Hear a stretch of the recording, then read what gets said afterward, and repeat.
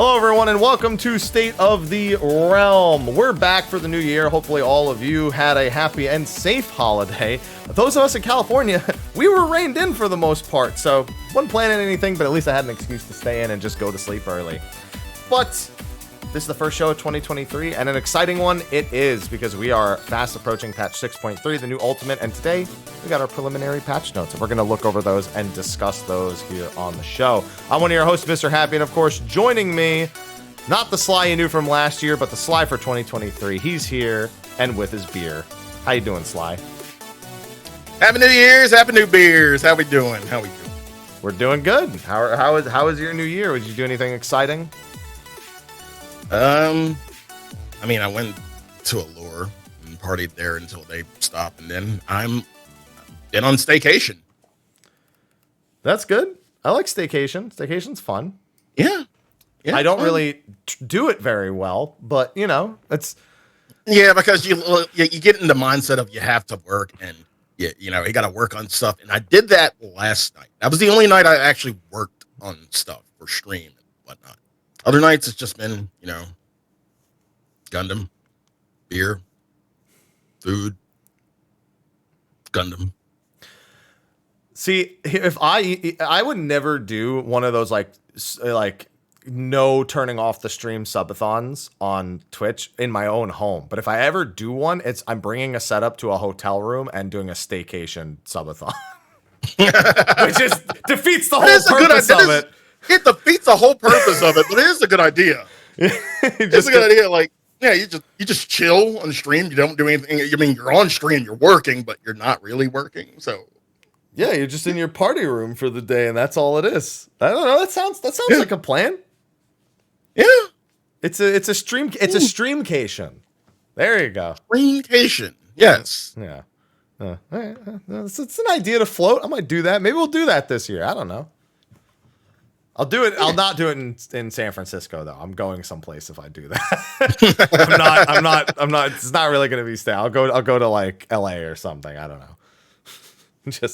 I want Howlin' Rays. It's the only reason I want to go to LA. Okay. Yeah, that's the only reason. I figured. Yeah. All right. Well, we do have quite a bit to talk about this show. Before we get started, thank you to our sponsors over on Patreon for supporting. Of course, we appreciate you. You rock. You awesome. Thank you for supporting us. All our content's available for free on YouTube, but we love them all the same. And don't forget other sponsors, Steel Series, Advanced GG, and of course, Green Chef we have until the 14th. So be sure to check all those out with the commands in Twitch or under the YouTube channel on the YubTubs. Okay. Sly? Yep. We got notes. And the usual, I'll actually steal the question from you. Is there anything you want to go over first before we get to, the actual order of it? Is there anything that stuck out to you? Oh, there's definitely something that stuck out to me. And I know we'll get to it in the show, but I'm going to call it out. Go ahead. Sly, what is one of the biggest complaints? Okay, so actually, that's a terrible question to ask. Yeah, that's a loaded question because we have so many. And I was going to say specifically, what's one of the biggest complaints that raiders have about raids, I suppose, right now? But I realize there's like 3 or 4 fixes to that all apply to that question here. Mm-hmm. So the one that I was thinking of the most was the one they didn't bring up in the letter from the producer live. They left it as a fun little surprise inside of the patch notes, in that of the number of waymarks being increased from 5 presets to 30 presets.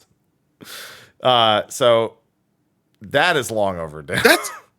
That's long overdue. That's all well and good. It's all well and good. But can I get more numbers and letters? Like maybe like 2? I don't know if we need, I mean, sure, but I don't really know that we need more. I sometimes get lost in the ones that we have now. But 30 presets, all 5 of my presets right now are still Criterion.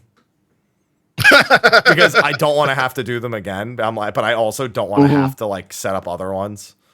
So I'm you know what this makes me want to do, Sly? One of the things we're doing for Ultimate Prep is Ultimate Strategy Randomizer. Every pull, we're going to press a button, and it's going to tell us exactly which strat we have to use for each different mechanic, and it's going to be a different one every strat time. roulette. Yeah, nice. strat roulette, nice. yeah. I want to do that, but it's based on the waymark. So you just spam all 30 waymarks, and like it's just all different ones, and when the pull goes and it stops, you have to do the strat based on the waymark that's down. That is playing with fire, but I like it. It could be fun. Like you could even do it where like it's the same strat, but like where each group go. Like if you like assign like a pair of 2 people to like A and 1, like wherever A and 1 are is now their assigned spot, and not like A and 1 are always north or whatever. So yeah, it could be fun. But that's definitely the highlight, because we already were happy as raiders with the stuff we were getting. That was the icing on the cake as a raider, as someone who does PF, as someone who is in a stat. It doesn't matter. That's a big win. That's fair. That's fair. What about you, Sly? I mean, there's a lot of stuff for you, I'd have to assume. There's quite a bit, but one that really kind of stuck out to me is, okay, so you're aware, well, you may not be aware, I don't know how often you do custom deliveries.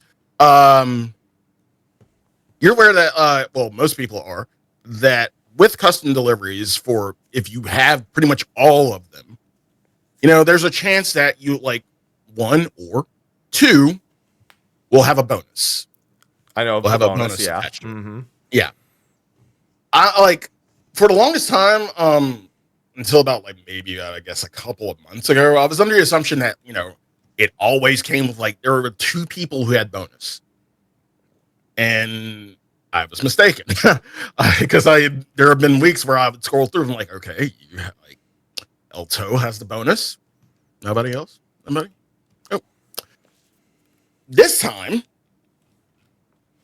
as soon as you complete the new custom delivery and get them maxed, there will be 2 people, absolutely 2 people, with a bonus instead of just 1.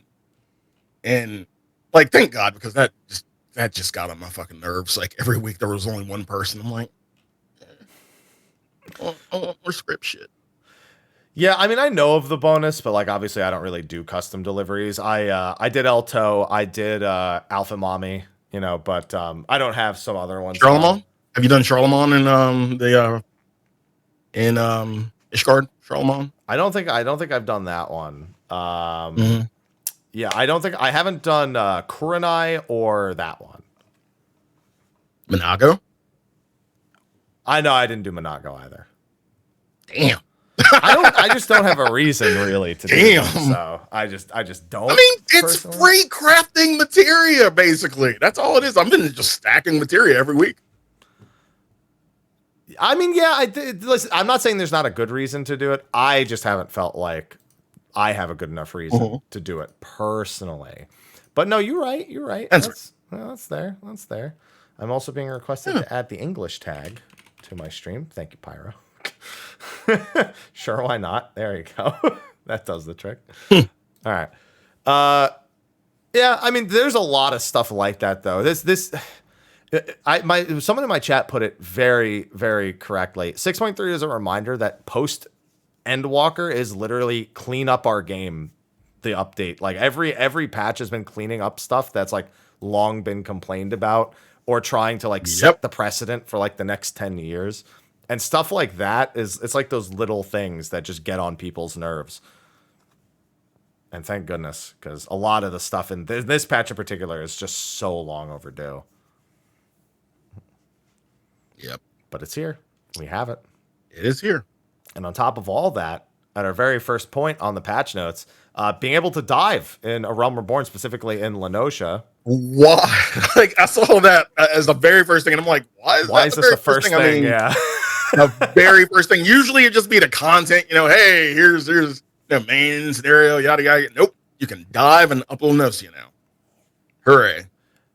I mean, sure, why not? The big thing about all of the Realm Reborn expansion stuff that we've gotten is it's all been not stuff Yoshi P made his dev team do. It's literally all been the dev team just deciding they want to do it in their own time, that particular team deciding it's important to Final Fantasy XIV to have these things. And so I'm glad that they feel that way because it's definitely better. I mean, even just this quick screenshot, it's very, very. It's something that's nice to see. The underside of that lake, to see this giant section. I was already happy being able to fly over it, but now being able to swim under it is also really, really cool. Yeah. So I'm glad to see it. Mm-hmm. After that, though, we get to skip a giant section of the patch notes in terms of discussion, because what are we going to, let's talk about the quest called ? Given to us by ? At ? Followed up by the quest, the prerequisite being ? Yeah. There's nothing to talk about when it comes to all of the unlock this here, unlock that there, quick picture of the MSQ that we've already seen from the live letter, something like that. Yep. But we do have character portraits being implemented for battle dialogue in old expansions. Yay! I mean, got to remember that character portraits is part of the reason why the "This is Thancred" meme is so popular, because his face shows up and it just says "This is Thancred." Yeah. So just look for more opportunities for things like "This is Thancred." Because, I mean, why not? It's going through Heaven's Ward. They're going to go and do a Realm Reborn later, maybe 6.4 or 5, but at some point in the future. We have Tales of Newfound Adventure. Now, something I actually kind of want to jump ahead and talk about, Sly. Tales of Newfound Adventure. Actually, I should pull up the patch 6.2 notes before I get too far, because Tales of Newfound Adventure thus far has been the backstory of the Four Fiends. Now, I want to check something in the patch 6.2 notes, because there's something later in these notes regarding this that makes me curious. And Ivy, chill. She just ran up on me. Okay, so I did just check the 6.2 notes. Interestingly enough, Tales of Newfound Adventure is being added to New Game Plus in this patch. That usually signifies that it's done. Now, that's not guaranteed to be the case. Yeah, I was about to say that's not guaranteed because, like, again, we don't know. It does warn us. I mean, it warns us of something that we kind of had on the back burner of our minds, is that, are we getting two fiends? Are we getting a two fiend fight? Are we getting a one fiend fight? So if you're saying that, then the possibility of it being a double fiend fight as the trial goes up a little bit, but not too much in my mind. So yeah, I still think more than likely it'll be Cagnazzo by himself, but there's always the possibility. I agree that I do also think it's just Cagnazzo. It's just, I wanted to go back and make sure they didn't add New Game Plus to Tales of Newfound Adventure in 6.2, because then it would have completely eliminated it. But I looked through the notes real quick, and I don't see it anywhere. So let me just do it. New Game Plus. There's the Steps of Faith revamp. Let me just go back. New Game Plus. Chronicles of a New Era. My Power, My Pleasure, My Pain, and In Bad Taste have been removed from Evilise New Game Plus. Yeah, all it talks about in the previous one is how much all the Evilise changes, basically, for 6.2. But 6.3 has that little bit. We'll see. I just wanted to point that out so it's on everyone's mind, but only time will tell. Then we have Tataru's Grand Endeavor. We know we're getting a sick glam from this. Oh, no. Get the Myths of the Realm. What happened? Forgot about Myths of the Realm. Did I? No, I went to Tales of Newfound Adventure and then Tataru's Grand Endeavor. That's the very next thing. Oh yeah, Myths of the Realm is question mark again. I don't need to. Of course, I skipped over it. I said it's just question mark. I mean, you at least bring it up in passing, but you just completely skip it. Yeah, but we got pictures of Halone and stuff later, so it's fine. It shows up again, That's all I'm saying. I like how they shoved the Island Sanctuary quest in here, too. It's just, like, sandwiched between Tataru's Grand Endeavor and the custom deliveries. It's like, wait. Custom deliveries, yeah. A Far Eastern yarn for the new quest that's going to start at the Curious Courier at the Unnamed Island. Exciting. Custom delivery. I understand why it's a lamb, but it still caught me way off guard. That's the starting NPC, is that freaking lamb, the supplicant sheep. The supplicant sheep. Yeah. That's obviously because Andon was a shepherd before he was turned into a leaf man. So it's one of his sheep maybe coming to get us, or maybe it's accompanied by a fairy, or it will be accompanied by a fairy. So the supplicant sheep. And then see right after that, New Game Plus. The final quest of each chapter must be completed before it can be unlocked. Tales of Newfound Adventure.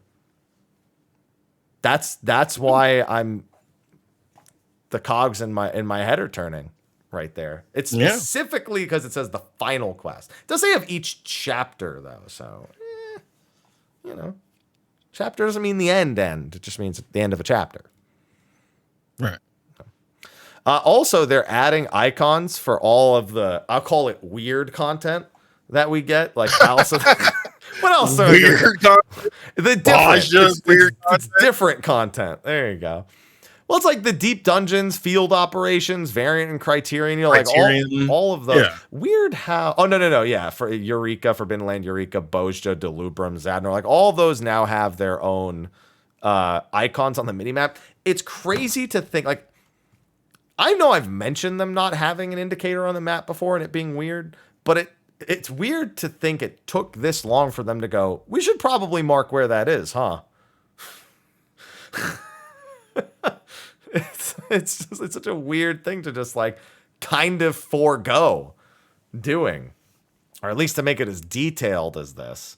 But now we do have it. Now we do have it. No more complaining about that. Again, maintenance patch, Then we have some other basics, like we have the quest tracking being improved a little bit. We have the old A Realm Reborn Crystal Tower quest being removed because that NPC is going to be used for Eureka Orthros. And everything that involves fishing has an update for the fishing locations and the bait. There's a ton of updates where it's like, we made a change, and it's like fish, because we're getting all that information for the fishing guy. No, it's great because the more information in game, the better. So I'm glad to see this. Yeah.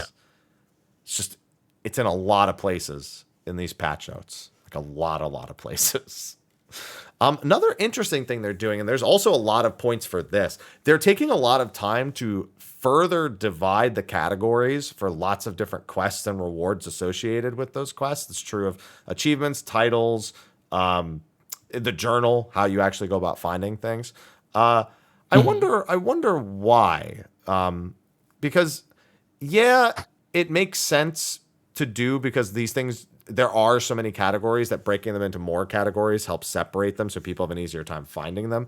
But Final Fantasy XIV struggles with there already being too many fucking categories for everything, and now there's even more categories. Yeah. So I wonder what. Just breaking it down even further just like adds to, I guess, for some people will add to the confusion. You'd think it wouldn't because they're labeled, but I don't know. I think it's less about that. It's more about just how messy it looks. Oh no! It's. I think this is the case of less is more. Like actually having, Hildebrand is a side quest, so I guess you can classify that as a side story quest.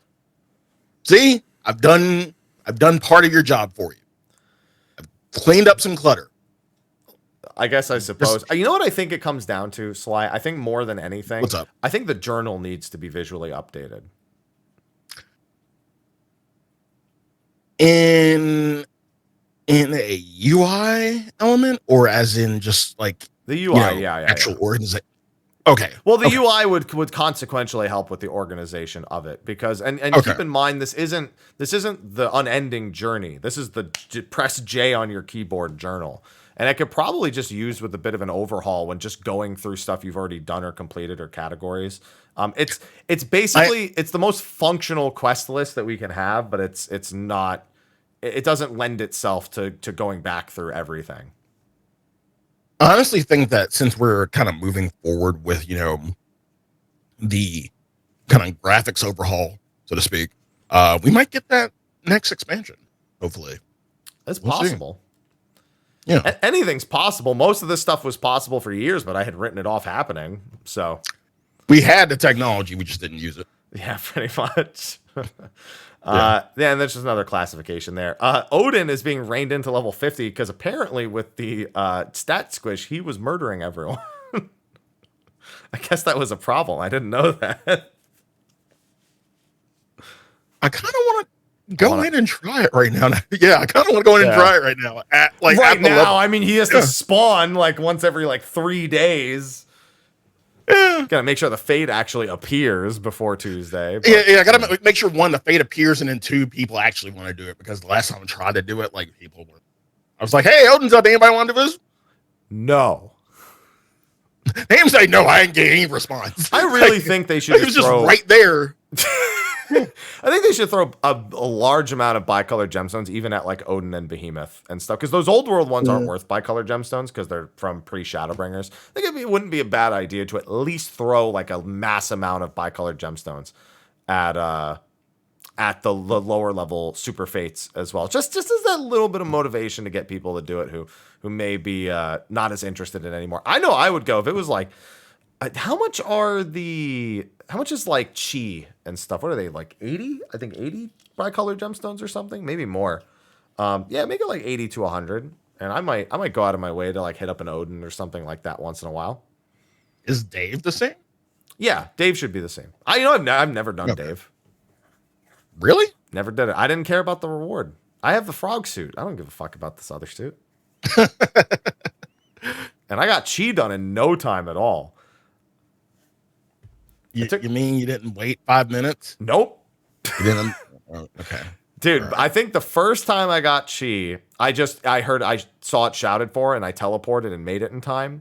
The second time, I think we were doing a hunt train and he spawned in the middle of the hunt train and I just went right over to him. So I had a very easy time with chi. Then speaking of which, there's new bicolored gemstone items. Interesting here. I actually was wondering if they were going to use bicolored gemstones for the relic step in any way. I don't think they will. This wouldn't be it because it's too early. I was doubting that too. Yeah. Like I kind of thought about it and I was doubting it, but yeah.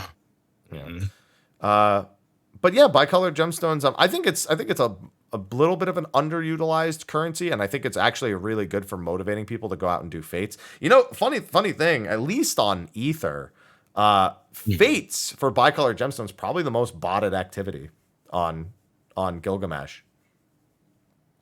They all left Eureka and went to do bicolored gemstone fates because of the vouchers for the mount. That's fair. Yeah. So, maybe that makes them a little hesitant, but I mean, they got to clean up the bots one way or the other anyway. If people are at them and reporting the bots, then, maybe, just maybe, something will be done. Nothing's going to be done. You know what? This is the part. Okay. This is the part where, Sly says something crazy, because I never thought I would say this. Maybe they should pull an 11 and put a fucking, bot killing you want the goblin fisherman. You want the fucking fisherman running around. I see him roaming around. When I played 11, I'm like, I asked for the first time, what the fuck is he doing? Oh yeah, he actually goes around and kills bots. I'm like, that's a thing? Yeah. They just threw it. He's super weak too, but he doesn't need to be that strong because he just kills level 1 bots. Yeah. I'd pull that motherfucker to get EXP sometimes because he's like lower level than the other things in the area. Oh man, I don't think that's gonna do anything. I think bots are too advanced for Final Fantasy 14 for that thing to be a threat to them, because that's gonna kill normal people if it's a threat to the bots. That just means normal people would have the sense not to fucking pull it. Did I tell you what Silk Road Online used to do for bots? What'd they do? You could buy items from a vendor as a player, and they are just enemies that can be attacked. But if they are attacked, they blow up and instantly kill the person who attacked them. So if you see a botter running around an area, you just put it down and then they'll run and attack and die. Like, it actually gave you straight up like griefing items to put down where you saw botters. That shit was so stupid. Oh man. Then we have the new treasure maps, the Ophio Toro skin treasure maps that you can gather and use in Elpis for the shifting Gymnasian Aganon. I'm so glad this is a thing. I'm really glad this is a thing that actually, separates, the Cytotron from the Shifting Gymnasium. Whereas like the old maps, you could get either or, depending on like, this was like an anywhere map. It didn't had to be a specific location. You could get the Shifting Oubliettes or the actual, regular treasure dungeon. This time, I'm glad they separate the two. Because the reward system for the two is not the same. Can you get some good stuff in the Shifting maps? Potentially, yeah. But as far as the Shifting Oubliettes, frogs do not exist. They don't. I say that, but I've gotten a frog once, and that was on the final step, and I think that's the only time you can get it. That's definitely not the only time, because I know people who have gotten it on not the final one. Okay. I think we had this discussion 2 weeks ago too. Yeah, we did. I don't know. I forgot. Yeah, you're right. But either way, them bitches don't exist. So that little silver pedal you see on the Shifting Gymnasium, that doesn't exist. Don't think about that one. That's just it. It's a non-space. It's something for them to skip for you to get kicked out. Yeah. I still want my Plinko. I want my Plinko map. Oh God. I wanted to. Dude, it's just I just want to go back to watching Price is Right as a kid and watching them drop that fucking thing on the top. Just boop boop boop boop boop boop boop boop boop boop. Dun dun dun dun. Every fucking time. Yeah. I mean, yeah, treasure map's fun. With the new mounts we're getting, I might have to actually. I might have to do some of this again because 75 million gil about to be ripped out of my pocket, maybe more. I'm hoping it's the same costs as the last gold mounts, but the gilded sheep and the gilded Magitech Avenger are soon to be in my pocket. Yep. I'm gonna need that money.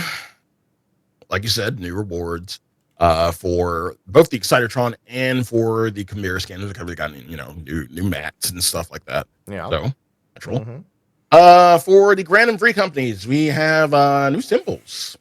That's a fake Smash Brothers symbol. That's a knockoff Smash Brothers symbol. Come on now.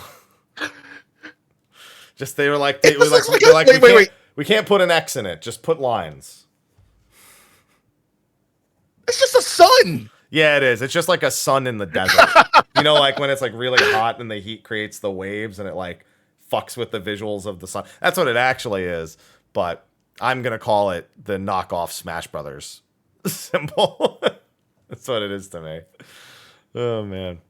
New items for the company workshop, new submarines. Dude, I wish that submarines is the only thing I wish I had a house for. A free company house, specifically. Do you know how much fucking money these submarines pull in? It's ridiculous. No, it's not. It's like hundreds of millions of gil. You get these bad boys set up, you just make millions of gil every like couple days. They also, yes, I agree, they shouldn't be generating the kind of gil they generate, but it makes me want one at the very least. And we're about to get even more houses, so yeah, this shit's nuts. There's a lot of free companies that don't even bother with them, though. The few that do, though. Oh, okay. So we bother with them. We just don't sell the shit, I don't think. You fucking, why not? You always need money for all your fucking housing stuff when you want to redecorate and everything. I mean, right now we have 36 mil. You could be making $1 million like every 2 days off this. Yeah. Just throw it in the chest and then you just have it for whatever. Yeah. Yeah, we're getting all the new wards too. But yeah. I'm not going to bother with any of them. Yeah. Good luck to people who are doing it. But, we have all the new furnishings from the design contest and their new furnishings. I'm kind of upset to see the otter fountain in the housing furnishings because it's like it was an Island Sanctuary exclusive one. And now they've like added a version of it for just the house. That's not a landmark. And I'm just like, can't even keep it. It's been one patch and Island Sanctuary is already like, they're like, yeah, just put it in housing. Fuck it. Yeah. To be fair, they did say they were working on outdoor stuff for the islands. And we don't know if that meant just gardening like you can do in the houses or if it meant outdoor furnishings as a whole. But we know they are working on that. So, yeah. Fingers crossed. Portrait furnishings may now be previewed. New orchestrion roles have been added. They added a quests category for our orchestrion, just ones that exclusively come from quests. New fish, new seeds, new prizes for MGP. How many people just... I mean, I don't blame them for not knowing, but how many people don't know that this is from Final Fantasy VI?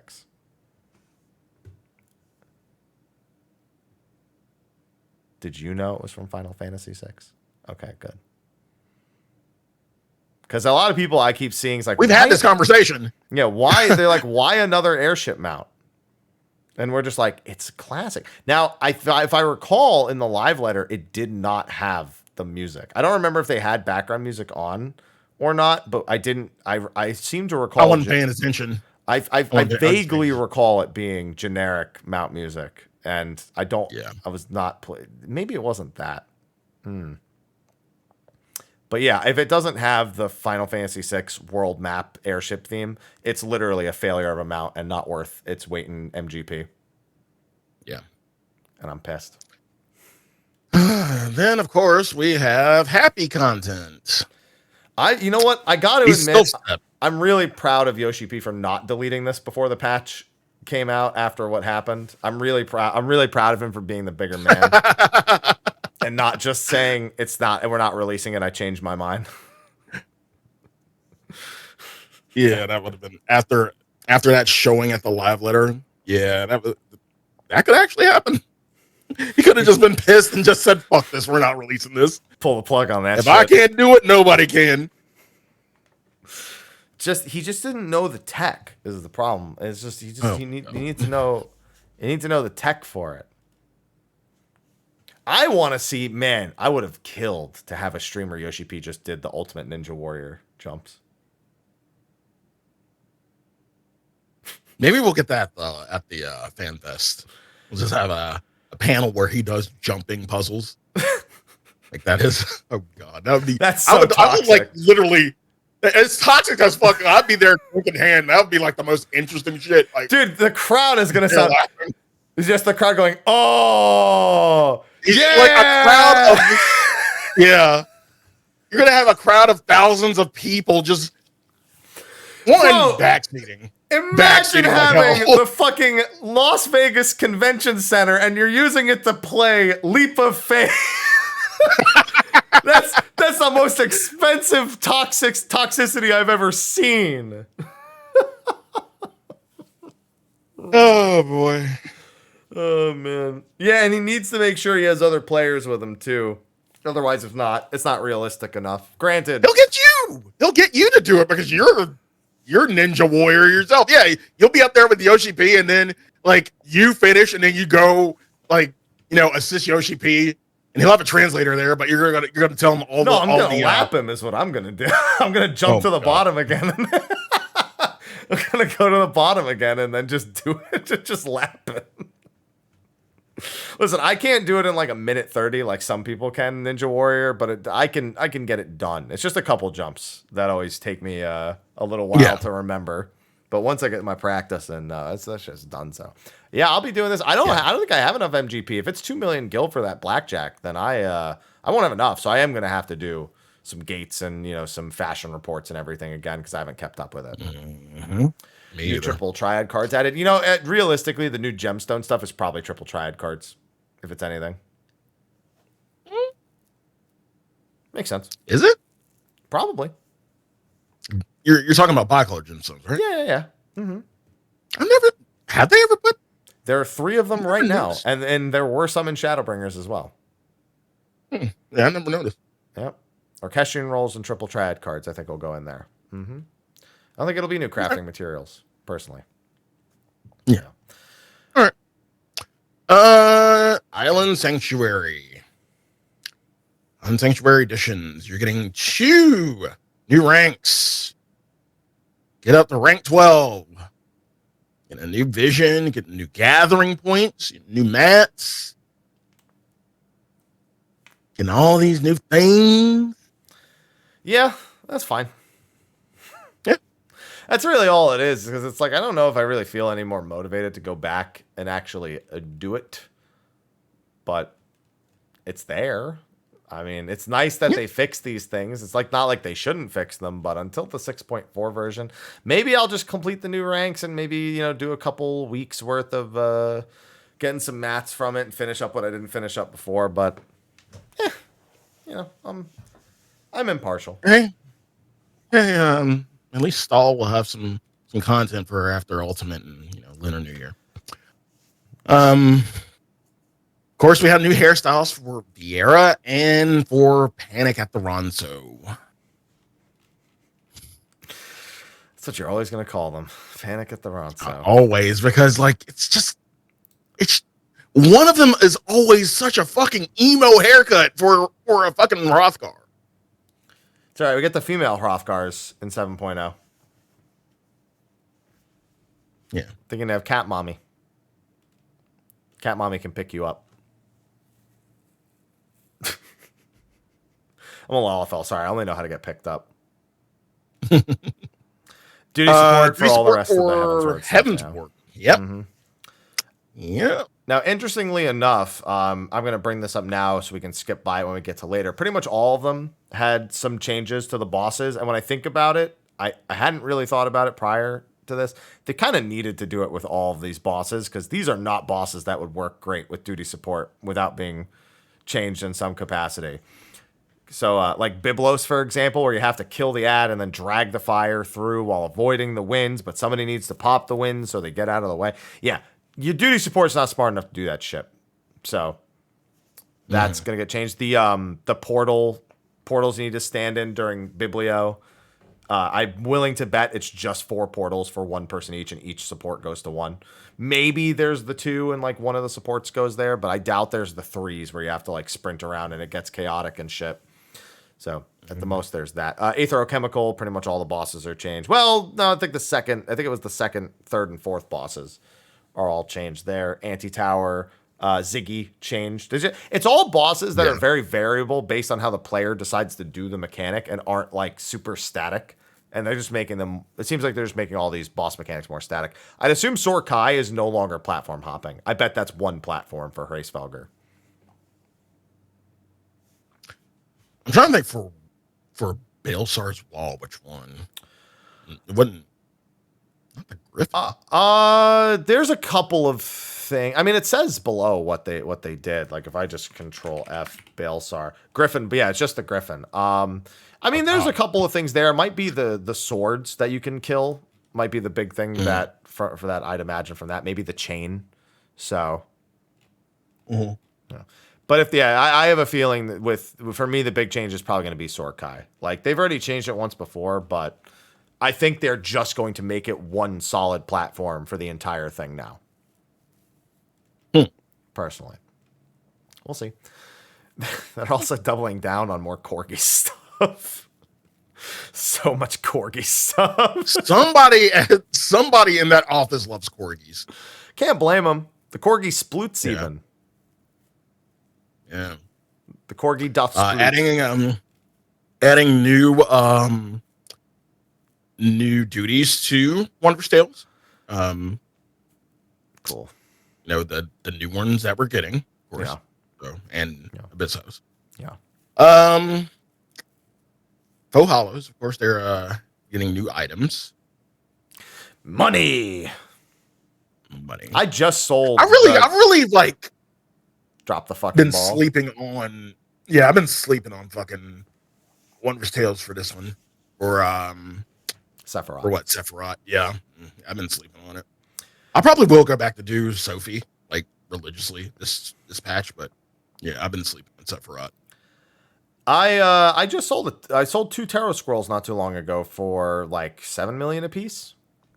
And I've got 735 leaves. So if this is a mount this patch, then that shit's going up. Last time it was a new mount, I sold it day 1 for 22 million gil. So.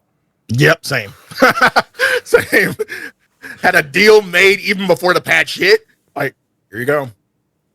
Yeah, so that's definitely my log off point is the Fox Hollows NPC. Anytime, every patch, that is actually my log off point. Because I just got money to make. If I can pay for most of the gold mount with this, that would be fantastic. Because I have 15 million gil on an alt, and I have 330 million gil right now. So if I sell for 20, then I'm at 275 if they do 25 and 50 each, and I can get back to 300 million in no time at all, really.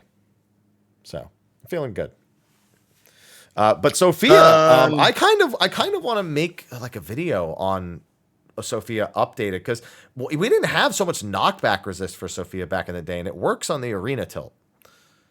So you can outright skip some of the worst. Like there's one arena tilt where it's like you have to get knocked to the side that it's being tilted to all the way towards the wall. It's either short or long stack, and then half the room is also getting hit by Sophia. So you can completely bypass that whole mechanic both times it happens with knockback resist. And you can use gap closers for the other one. So the tilt mechanic should be way easier, but I think a lot of people aren't going to even think about doing that. So I kind of want to make a video with an update on that. Just a personal thought. New emote. We got the "Can you hear me now" emote. Can you hear me now? I feel like there's going to be so many memes / like role playing things done with this. Somebody's going to do like an ERP one. It's going to be like, oh yeah, say that again. Sex hotline link pearl. Oh yeah, that's it. Say it again. God. I'm still mad they haven't given us the shaker emote from the Mayhane, from the guy in the Mayhane in the Razatan, just making a drink, shaking. When are we gonna get that Square Enix? New poses, new sit poses. That Hrothgar is too comfortable. You're wearing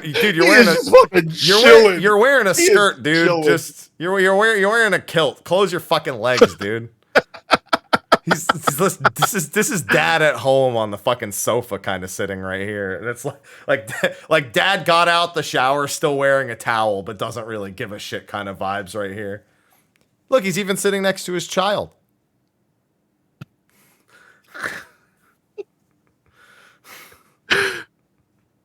I'm just saying, it's too comfortable. Players can now pose when holding umbrella type fashion accessories.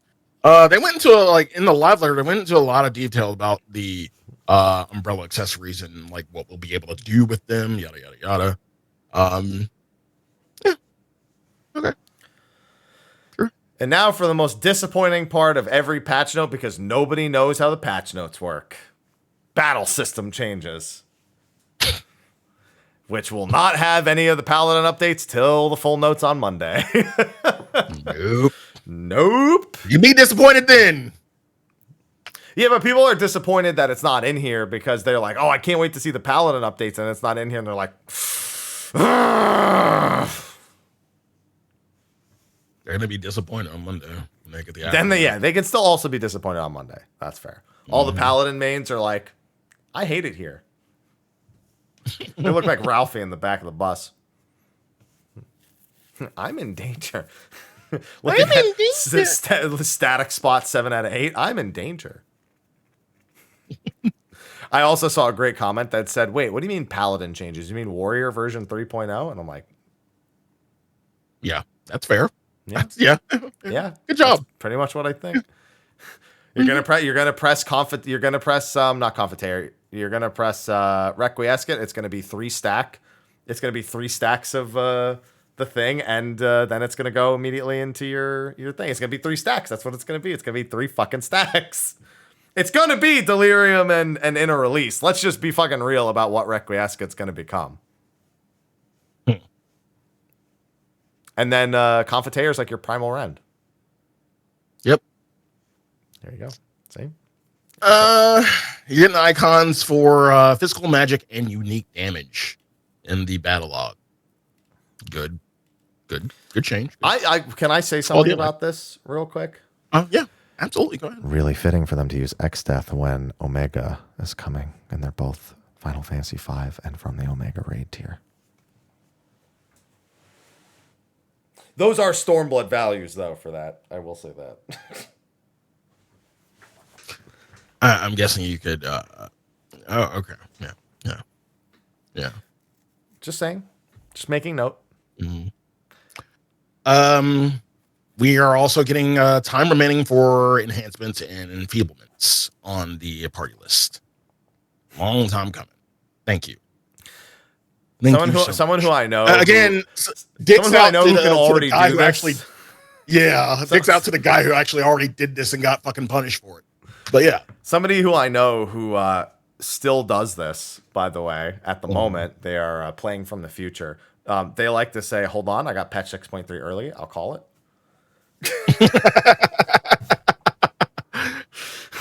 It's like, yeah, no, that's right. That's right. That's good and well enough. There you go. Yeah. Text color of the recast timer in the middle of action icons when enlarged. That was honestly, I understood what this meant, but the first time I read it, I honestly lost track of what it was saying. Yeah. So many words there. Text. It also said the word color, so my brain just turned it off. Just instantly happened. New dungeon. Of course. Yep. Lapis Nihilus. Important note about this dungeon. As a reminder to all of you aspiring ultimators out there, this new dungeon will have BIS for DSR. It will be item level 605, and we'll have all the materia slots available. So if you still have not done DSR and you want a little bit of an edge, you'll probably be farming this dungeon. Okay. And the same will stand for the 6.5 dungeon, which will subsequently have BIS for the Omega Protocol. So if you're a late bloomer on Ultimate, or you do Ultimate a lot and you're just looking for a better set, best of luck with your drops. You're going to fucking hate it. New trial? Question mark, question mark, question mark. And then, of course, question mark, question mark, question mark. EX. Yes. Yeah. Cool. All we have to say about that. That's all we can really fucking say about that. I'm sorry. It better be 2 totems a kill again. I just want it to be standard now. Please just make it standard that it's 2 totems a kill. Sophie Unreal. There you go. Let's talk about it. Yep. The drop rate for the Blue Feather Lynx flute has increased. I already have my 99 totems ready to go. Thank you, Ensinger. I think I have like 116 totems for her for some reason. Dynamis. Dynamis. I don't even remember her other line. Every time I go back to that, I'm like, fuck. Does she want to play 11? No. The number of unsung... Well, the restriction on Abyssos has been removed. Only normal. They really need to at least unlock Savage earlier, please. Yeah. Yeah. At least earlier, or if not, at the same time as this. But the number of unsung blades of Abyssos required has been reduced from 7 to 4 for an ultralight tombstone. Normal. Yeah. Normal. Yeah. Reaper and Sage weapons are now available from the coffers that appear after completing Alphascape Savage. 2 things to say about this. This is probably some ultimate bullshit, but go ahead. Yeah. Number 1, yes, it clearly shows Reaper and Sage will have new models for Ultimate and not try to reuse a model that does not belong to Alphascape. Number 2, it makes me just as mad that the T, Dancer, and Gunbreaker weapons are not unique and are still just the fucking Tombstone weapons turned into T weapons. Still mad about that now. Even more mad about it now, as a matter of fact. Got fucking gypped. That's it. I wonder what they're going to do when they go back to make old Ultimate weapons for the new jobs at some point. What's going to like T's going to have to be, so I don't know what the T option is going to be. But at least this is being normal. Those weapons probably look dope, even the not Ultimate versions, to be honest, because Alphascape weapons were so good. Remember when I told you the Alliance raid would happen again later? Here it is. Here it is. Yeah, I told you. Not that there's anything more to say about it than there was before. Nope. But yeah, it's here. Looking forward to it. There it is. Yeah. There it is. Yeah. Ohio. Why Ohio? I still don't understand what happened. What's going on with Ohio? I mean, it doesn't look like Ohio. I don't think Ohio looks that nice. It's not even like an Ohio looks like shit thing. Ohio just doesn't gonna look that good. Like, let's be honest. this is just the end scene from Kingdom Hearts 1. That's all it is. We're about to chase Pluto off into the distance. Nice. Yeah. Players will no longer be rewarded cracked Anthlo clusters upon completing Glaya. Yeah, they're just moving that to Euphrosyne. That's all. Yeah. Dungeon stuff. Few things for deep dungeon. Yeah.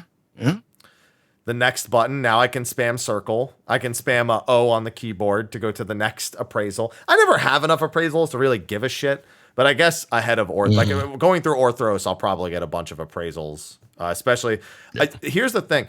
I have to make a very important decision about Orthros because I'm going to be going for a solo to the top floor after I get a few ether levels and shit. I 100% want to risk my life at all times to get the chests because there's probably a mountain there and it is going to sell for a lot of fucking money. I'm willing to gamble it. I'm willing to gamble a run to get this as long as I know for certain there's no traps or anything where I'm standing. Or if I have enough shit to deal with a trap if I step on it. By the way, speaking of like deep dungeon stuff, shout out to Angelus. Angelus will be doing Heaven on High. No, it's Palace. It's Palace, right? 171 to 180. Yeah. Okay. So yeah, we'll be doing that at GDQ this coming week. So that is a week from today. Give that a watch. Yeah. So make sure to give that a watch. Support our boy. I'm not nervous for him for Palace of the Dead. I'm nervous for him for the game not disconnecting. Oh my god. Not that it's just it's the week of patch. There's usually more logins and he's playing during a prime time slot, which is usually when the game is busiest and most unstable on a patch week. So I'm rooting for him, but I'm equally as nervous. I want it to be a good showing. I also he gets a little bit of something he didn't expect as a present for next week. That? Sustaining potion duration being doubled right before his run.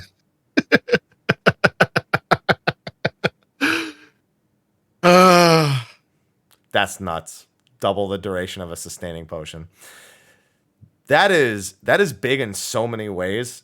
First of all, it cuts the amount that you need to effectively do a run in half, which makes restocking on said same run with whatever you find potsherd wise easier.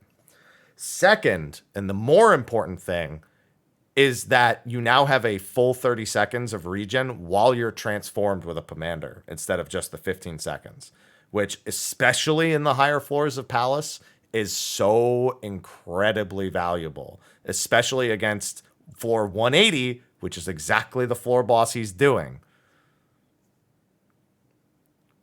So that's awesome.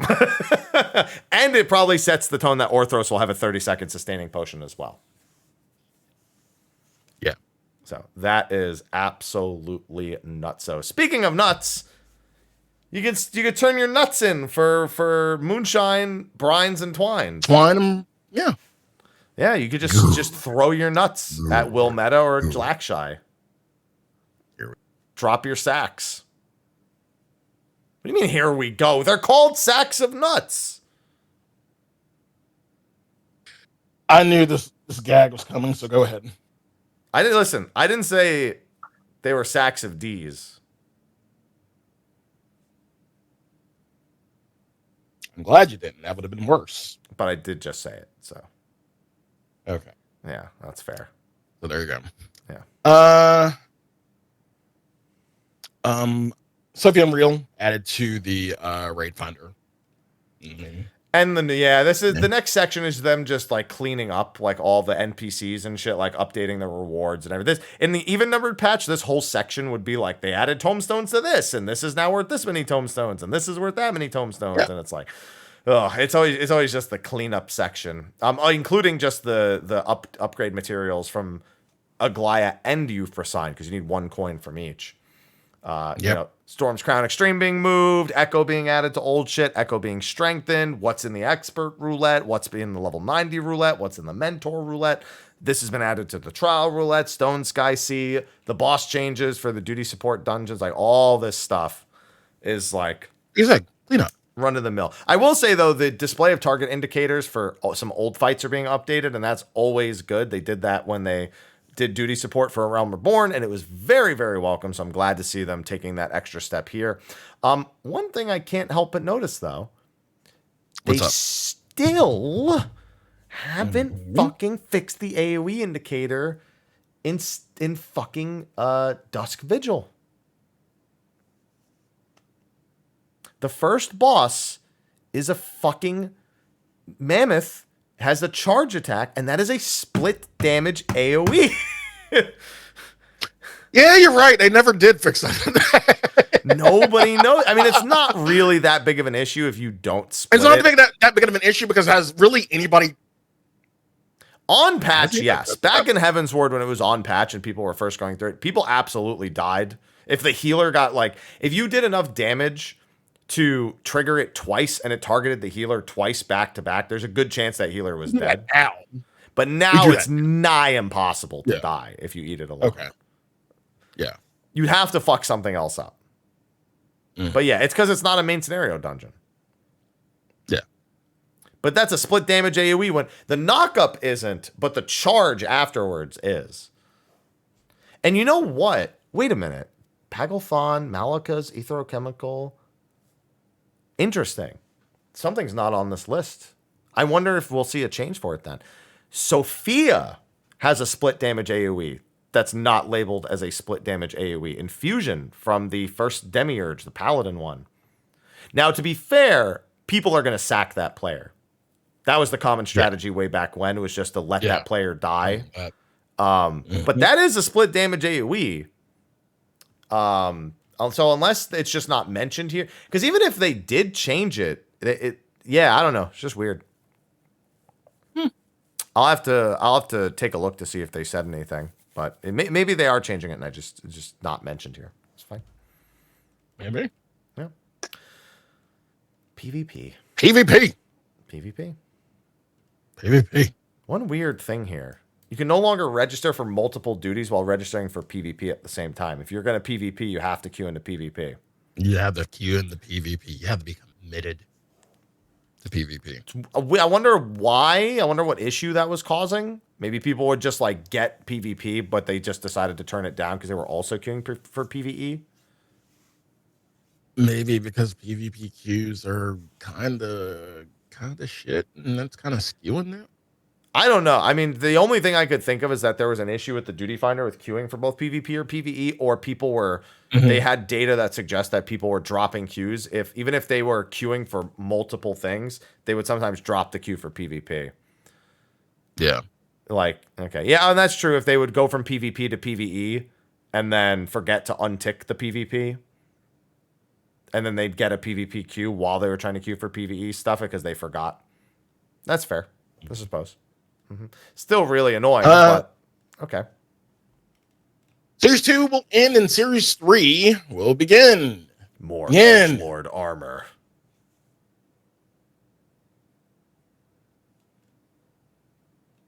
Perhaps, are you tired of because really I'm tired of the naming convention of series and seasons. I'm not going to lie. I mean, I'm used to it every time it gets brought up now. Yeah, I'm used to it now, but I'm used to it, but at the same time I'm tired of it, and I just want them to, maybe next expansion, just call it something simple. I'm more concerned about the rewards than anything. I like the armor set here, but again, seasonal rewards for me are still super lacking. So, yeah, I want the seasonal rewards to be more tantalizing. Series season sausage. Got a new map. I'm hungry. Oh, we got a new map. The Clockwork Castle Town. The Kugane map. And we saw this in action at the live letter. And we're going to say it looks like a fun map. Stay moving. Stay moving. If you're on the inside, stay moving. Yeah, I'm glad they went. Sorry. Go ahead. I was just going to say, it's a map that's going to be, in my opinion, more for fun and less competitive because it's competitive. Yeah. There's a lot of just elements outside random of the player's shit control. Yeah. And for me, I prefer something more. I'm a Final Destination 3 stock, no items kind of guy, you know? Clockwork Castle Town is more like picking Link's Castle, all items turned on, and Final Smashes turned on.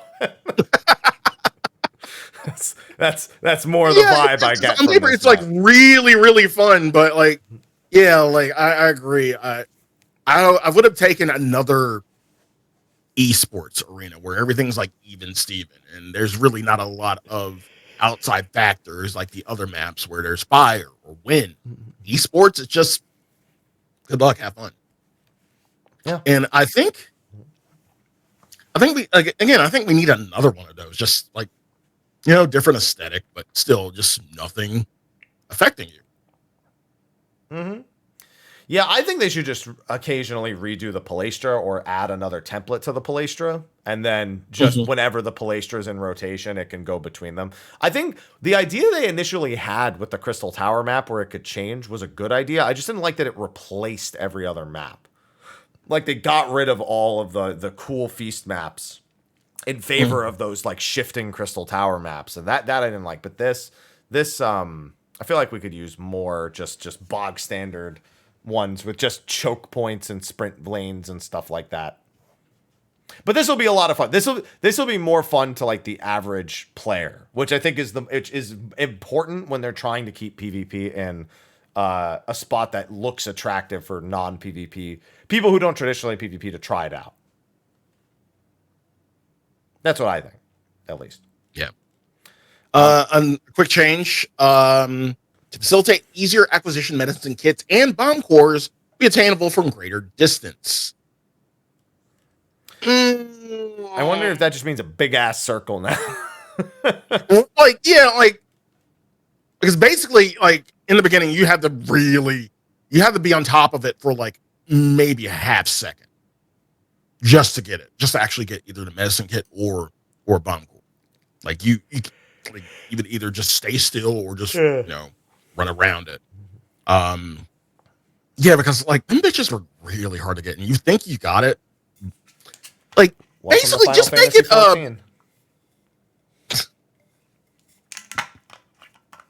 That's just our game. Yeah. I think I wonder if it's like a latency issue. It's the way the game is built issue. It's not even latency. It's like the game has to do like a server tick to realize that you're standing in it. Right. Yeah. So with this, if they make the circles bigger, then you're in it for more time, even if you're just passing through it, and thus you'll almost certainly pick it up. When I think of this, I think of chocobo racing. When you're going over like a pad, like a boost pad or something like that. Like when you go over a boost pad, you don't really get the effect until maybe like a second later. I'd say, a second later. Like after you pass it, the effect hits.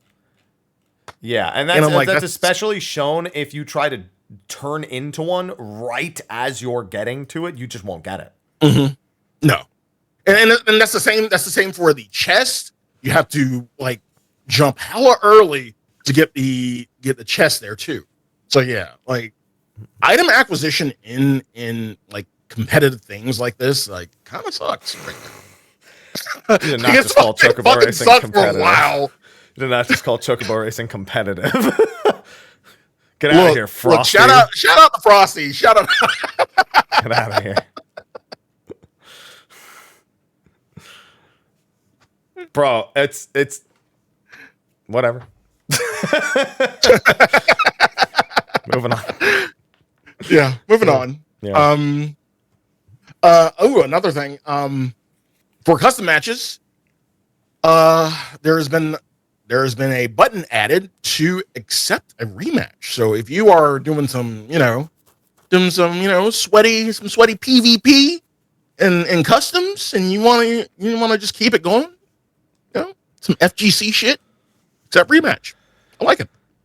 Yeah, FGC. It's literally that. It's accept a rematch because you don't want to make any compositional changes. You think it was an executional error, or cancel and then make a job change and then go back in. It's identical to going back to character select essentially in a fighting game. So then also player tiers will no longer be displayed with portraits or match results. That seems to only be a custom match change. I actually misread that earlier and I thought it was to everything. But I think it's just because I think they just decided it's probably irrelevant to a custom match, like what your actual rank is, since you're just trying to have fun. So I think that's the reason why they got rid of that. Because I initially thought they were doing that in all tiers, so players couldn't like get mad or try to grief if they got like someone like if it was like you're in Diamond 1 and you get a Diamond 5er and whatnot, and it's just like, fuel for the fire kind of situation. But that doesn't seem to be at all what they're trying to do here. Season 4 is ending and Season 5 is beginning. Sly. Yes. They told us they were working on better rewards for seasons. We don't have them yet. No, we don't. No. When do you think we'll get them? 7.0? Probably. That's what I thought. Even still, that's a lot of hopium right there. I mean, they said they were working on it. Like they already acknowledged that it literally at the end of season 1, they acknowledged that people were dissatisfied with the season 2. My sweet winter child happy. I'm just saying they acknowledged it immediately. They didn't say, fuck you. That's just what we want to do. No, that they the words were working on it. Like I take them with I've known for years to take those words with a grain of salt. We're working. That brings up a much better point than me, in that they said that they were only temporarily shutting down Astrologos, and we haven't seen it in like 4 years now. I guess that's fair. Yeah, thank you, Cass. It's Essie's versions of we'll think about it. Think about it. Yeah. We'll think about it. Get some new gear, new recipes. We've already been over this. They're degenderizing a bunch of stuff, If that is the map. That's maps. It is the maps. God. In other words, you need this for the nightlife. No, you don't. No, you don't. I mean, people are going to buy that shit. Sure, I'll make money off of it, but you don't need that. Then what's the problem? No.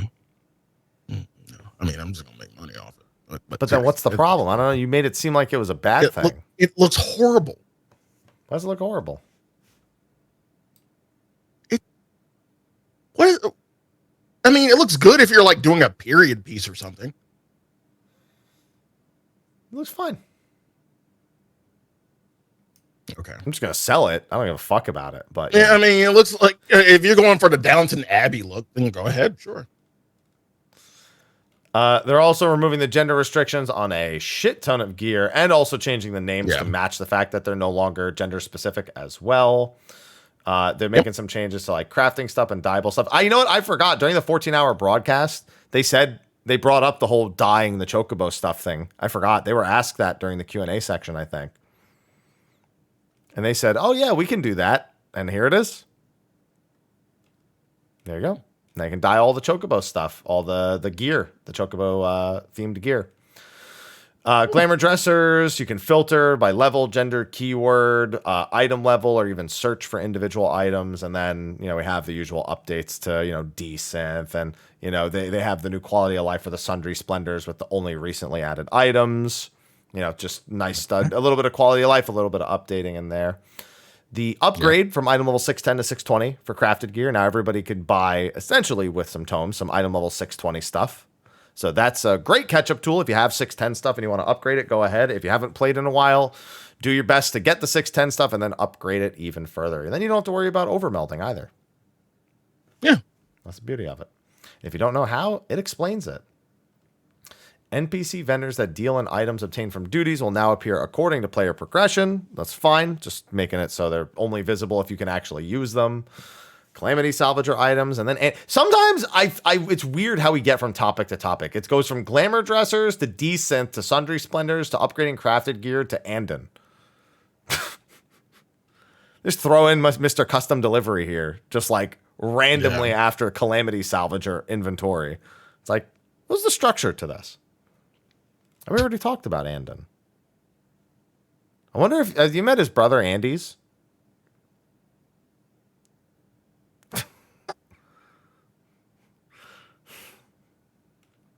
Wouldn't it be something if he actually had a brother named Andy? No. Or one of his sheep? Nope. I hope he does.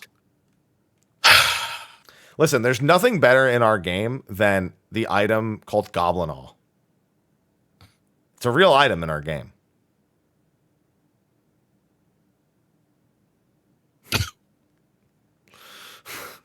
I'm just going to go ahead and laugh at it and just move on. All right, cool. Because you just thought of it, Goblin All? Yeah. Yeah. That's an actual item. I remember one time somebody tried telling a joke with it, but then they started coughing at the same time. It ruined the joke completely. But it was still funny. They were just like, oh, you have Goblin All? Oh, man. Here's the custom delivery stuff you were talking about before. Yep. The extra stuff. And then also fish. Again, more fish updates. Fish. Add fish updates for everything. I mean, it's good. I'm glad it's there. Preferred bait, display location, all that good stuff. Names of certain categories under special recipes in the crafting log have been adjusted to class and side story. Side story being old Ishgard stuff, and the story stuff being the actual like crystalline and class related stuff.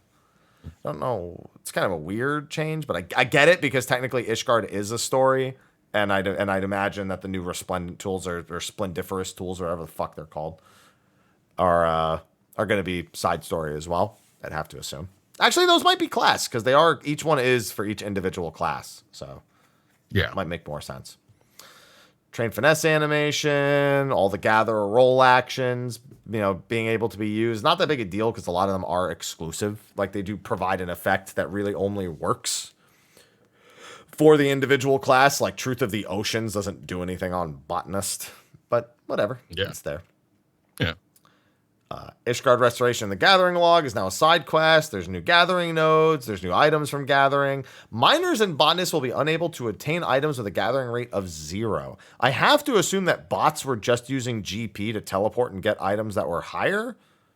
And like just using the I thought this does sound like a bot thing. Yeah, it has to. I mean, unless it was because it was a bug, I don't think it would be listed here. So I have to assume. This is why we need that goblin, man. This is why we need that fucking goblin. That goblin and his Goblin All. Gonna need more beer. Oh, believe me, he's listen. That goblin was making sure you were Goblin All. Okay, that was his fucking job. Okay. Gathering attempts and integrity bonus have been added to certain legendary nodes. Not really sure the impact of that because I don't know. It's to the new ones too. It's to Endwalker, but it's to existing Endwalker ones. Yeah. Collectability values displayed for reference and gathering. Cool. We've had a lot more information available on the gathering window, and that's just even more. They may prove useful. Yes, Square Enix. These values may prove useful. I agree. I mean, again, it's essentially the same thing as like crafting. Yeah. Like all the crafting information we have, like it does serve a use. So yeah. Oh yeah, no, it all serves a use. I'm just saying the fact that they go out of their way to say that it may prove useful. It's like, yes, I believe that's why you did it. Thank you for letting me know that you also think it may prove useful. New fish, new teeming waters. We knew there was new teeming waters. Fish. Fishing guide, big UI change. Displays up to 100 fish now on each individual page. And then on top of that, gotta catch them all. Fish.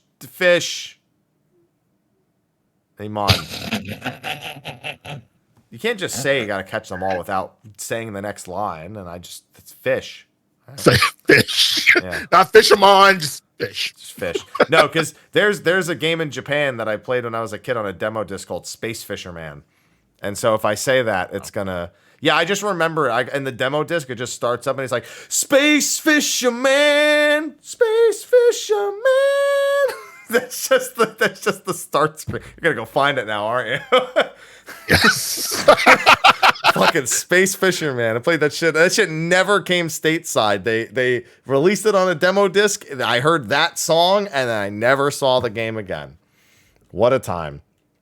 And other than that, it's all of the stuff we talked about earlier. Prime locations, preferred baits, silhouette sizes, all the information you need to catch it again and repeatedly. Yeah, you're enjoying that? You enjoying the Space Fisher, man? Yeah. It's so cheesy. Yeah. PlayStation 1. I remember playing it on my PlayStation 1 demo disc. Oh, God. I don't remember. I think that demo disc. That's so good. That demo disc might have also been the one that had Crash Team Racing, thinking back to it. Hey, Mr. B. I told you. I mean, I wasn't lying. God, it's so cheesy. Holy shit. That's like a core memory of my life is that game. And I only played that demo disc a single time. That game was hard. That demo was tough, man. Literally a giant like orca came out and murdered me while I was just trying to catch fish. And I was just like, what the Wow. Because when you catch the fish, you have to do battle with it. Like while it's on the line, like as you're trying to reel it in, you're actually doing like battle and like damage with skills and stuff. And he murdered me in a single hit. Because the fish can't just escape. Wow. It has to kill you. That's how it is, this fish in space. Then they also have, weather restrictions, text search, filters, everything you could possibly need to identify fish and even track your records if you're going for them big, giant fish. And of course, they had to go with a level 69 fish. Thank you. Nice. Appreciate that. Nice. Decent level up, new mounts, new barding, new minions. There go Pinky. Good old Pinky. Fucking Pinky. Gotta love it. And there's the corgi.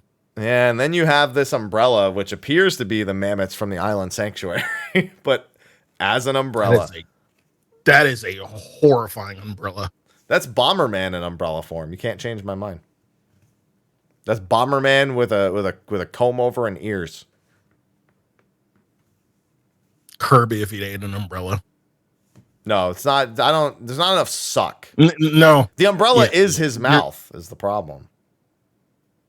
Oh, God. Yeah. Mm-hmm. Just full suck. You ever have an umbrella close on your head? Just full suck. Oh. And then they have the accessories used automatically depending on weather and location, and you can do things. You can interact with NPCs, craft or mount up, and a bunch of other stuff. So it's just way less annoying to actually use that stuff. Yeah. Then we go into the system changes. A lot of this stuff is run of the mill, but this is also where we find things like the waymark change that I mentioned at the start. Being sent back to your home world if you've been off it for 30 days or more than 30 days. Being able to cast glamour and dye items from your retainer, being able to do those same things to your summon retainer's items. Try on retainer subcommand has been added. The entrust duplicates function, that's the deposit of all the items that is overlapped between you and what your retainer has. So that's a nice little quick deposit option. New error message for withdrawing an item you already have that's unique. Realistically, maps are really the only time that happens to me. Sometimes, I think. And then new stuff from Ventures and new exploration ventures as a whole. Yep. And then achievements and I didn't realize the Ethernet map didn't display in the firmament. So that was a change that surprised me. I didn't know that was a thing that needed to happen. Multiple field instances for Garlemald. That's for MSQ. No doubt. We'll also probably get one for Mare Lamentorum for the tribal quests in 0.35. Yeah. So that'll be fun. The Thule one is going away at this point, though. The one for the Omicrons. Alliances formed via the Party Finder can use party chat before entering. Cool. New dungeons for Explorer mode. All the 2.0 dungeons. Not 2.1 through 2.5. Just 2.0. And, of course, the new dungeon, Lapis Manalis. Fucking duty recorder. Listen, I love Heidelin as much as the next guy, but there's no fucking reason for that still to be in there. This feature just gets it's just people just want to get like good shots of Crystal Mommy. And Aglaya's there again too, and they just replaced it with Eighth Circle. Like, hate it. I hate it. It just reminds me how underwhelming the duty recorder is. That they have 3 instances they can do. At this point. One of them is because how easy it is to go back and do. One of them is because it's really popular with the 24-man, and the last one is because they just throw in the most recent Final Savage fight, and that's it. It's all the rhyme or reason behind it. Disappointing, but fortunately, there's new stickers in group pose. New frames, specific RGB values, and data center name will now be displayed when display homeworld is selected in sticker mode.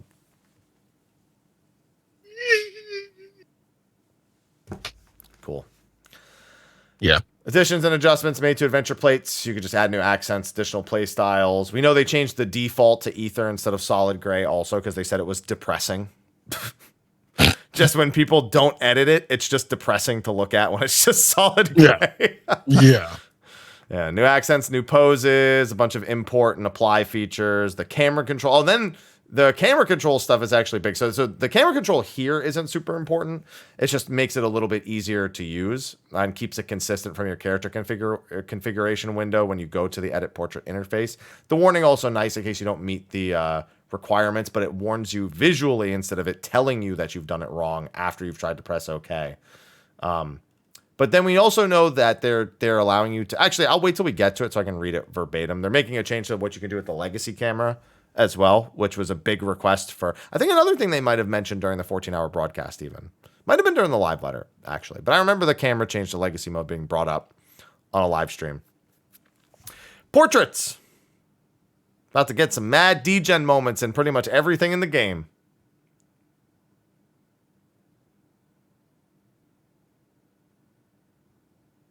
I'm still not doing anything to my portrait, by the way. Everybody who asks me, Sly, why don't you have a portrait? Because I haven't done anything to it. I still won't. Fuck y'all. Hey, Sly. What? Why haven't you done anything with your portrait? Fuck y'all. Why are you just against having fun?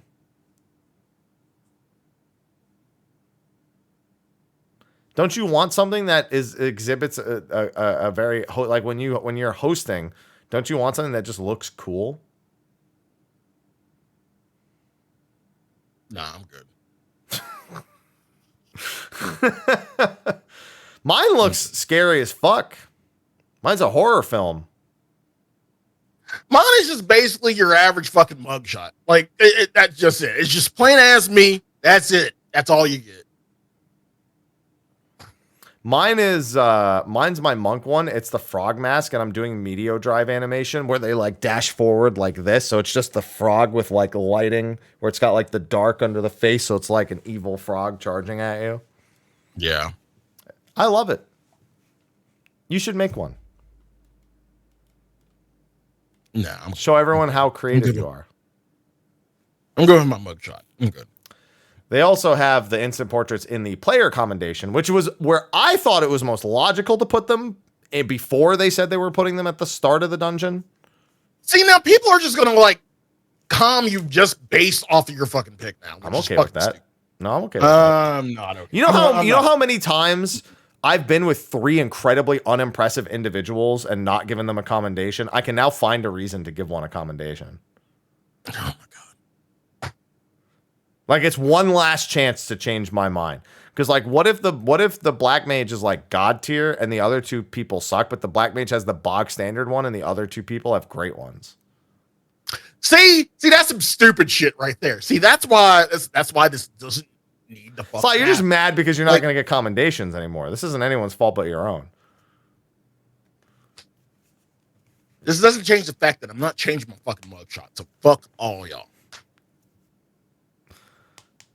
Yeah, I mean, people sometimes just calm you based on your character name or your job. Like viewing cat scene, the Mikote named viewing cat scene gets commendations all the time on that principle.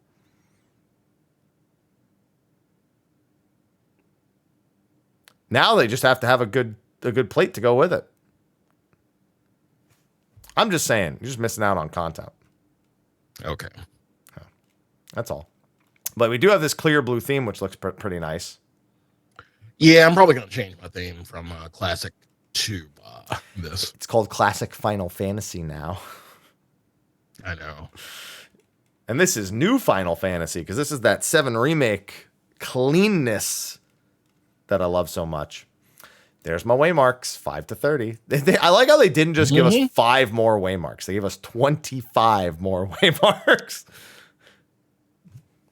Another small quality of life, but something long-standing. Current guilds now displayed in the inventory. Fucking thank God. See, I've never cared about that because I know where my guild is on my screen anyway. But because like I have so many things going on and like I have to keep track of Gil, yeah, I kind of need this. I mean, I'm glad that other people can use it. For me, it's not a big deal, but you know. Yeah. Now people are going to be like, now I'm reminded of how broke I am every time I open my inventory. It's like if every time you looked in your fridge, there was also an empty wallet. It's like, oh, what do I have in the fridge? Fucking nothing and absolutely no money. Just propped open. Oh, man. Then they have just a bunch of other quality of life stuff here. Pull down menus for currency settings now display each currency's icon. So it's not just a number. It actually is the icon next to it. After selecting an item for the expert delivery, the list will automatically adjust upon redisplay, so items before and after the delivered item are visible. I really like that. Reset the order of Crossworld Link Shell. This went from being a text command in 6.25 to now having the full command available. So thank goodness for that. Toggle this. Okay, this is a big one. This one kind of is an unsung hero as well. Display toggles for system UI elements, hotbars, and duty UI elements have been added to the HUD layout. One of the most annoying things is explaining to people where to find the most basic UI changes that are not in this menu. They're in the character configuration. And it's weird that they had them in 2 different places. I wish they'd shown a better screenshot of it, because this is literally just a picture of like how it is, and then you can change the current UI element. It's. Or they could have gone over this in the live letter. Yeah, I would have liked for them to have shown people this in the live letter in its stuff. So, yeah. Here's the automatic camera pivot can now be disabled when legacy type movement is enabled, allowing for seamless play with the camera at any angle. Yeah, that's something a lot of legacy players have been asking for. I think again that was brought up during the live Q&A by somebody who asked Yoshi P a question. So good on them. And my one that I'm turning on, another unsung hero, option to disable the right-click targeting of certain types of targets. I have done this so many times, and I'm 100% turning this off. Specifically right-clicking. I am probably turning that, or I'm disabling all of those accidental right-clicks, because I've done this my fair share of times. So that's another unsung hero for me. That could have also been one that I brought up other than the number of waymark settings that we can say. But the waymark setting one is just so good. So good. Oh, man. And then these are all the settings for the things we literally just talked about. So, nothing too major here. The new theme, the date of the last revision has been added to the cast credits. That's kind of neat. The new emote / link pearl, and then all the right-click settings right here. Total slots that can be specified with save and preset subcommands and waymark text command have been increased to 30 because we can now make up to 30 of them. The additional action text command is no longer available. That's because they got rid of the other thing earlier.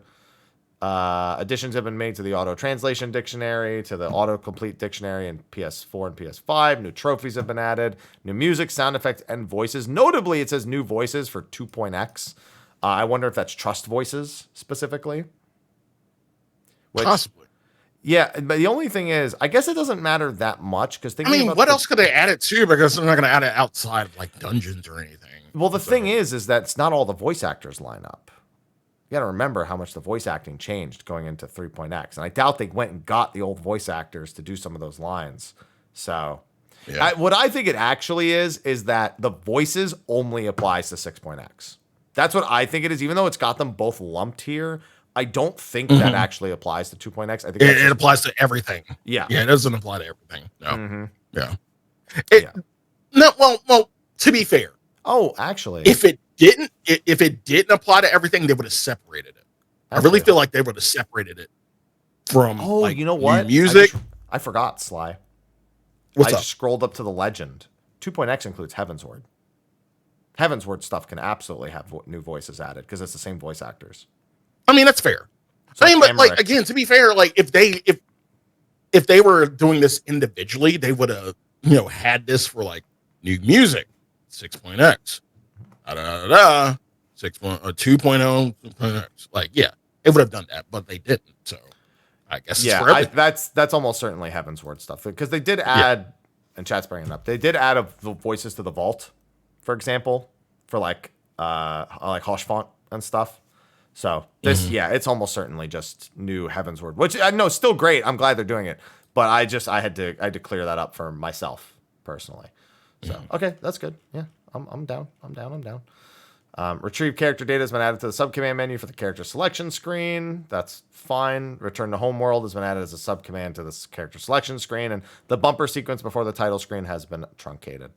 And that's our preliminary patch notes, Sly. Yeah. Big quality of life. Big quality of life.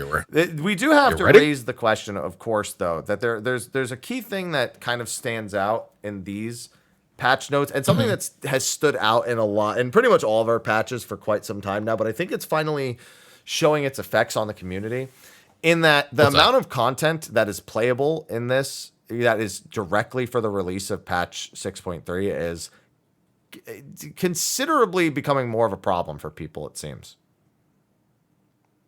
You basically have MSQ, the trial, the new dungeon, and then like maps and the 24 man. Like it's stuff that's not without substance, but is easily done in like 3 hours, pretty much. Yeah. Is that not? I mean, but we're used to this. So being used to it doesn't mean that everyone has to be satisfied. Yeah, I understand. I mean, but why is this just now becoming a problem for a lot of people? I mean, unless these are people who are new to the game, great. Yeah, understandable. But if you're now just saying, "Oh, I fucking hate this," like you've hated this like since the beginning of fucking time. Well, that's not entirely true because there's a couple things that have changed. For one, there is more stuff being saved for .x5. Beast tribes, for example, used to not be .x5.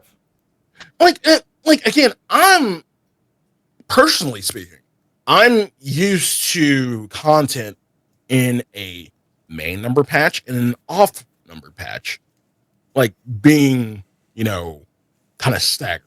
Like no matter what, like you're always going to get staggered content, whether it's main numbered or off numbered patch, you're going to get staggered content. That just goes without saying. Now, whether it's a lot of content that you're getting at a later date or whether it's not that much, that's neither here nor there. But at the same time, I've completely come to terms with it because here's the kicker. Here's the kicker, everybody. It gives you a chance to do other shit outside of Final Fantasy 14.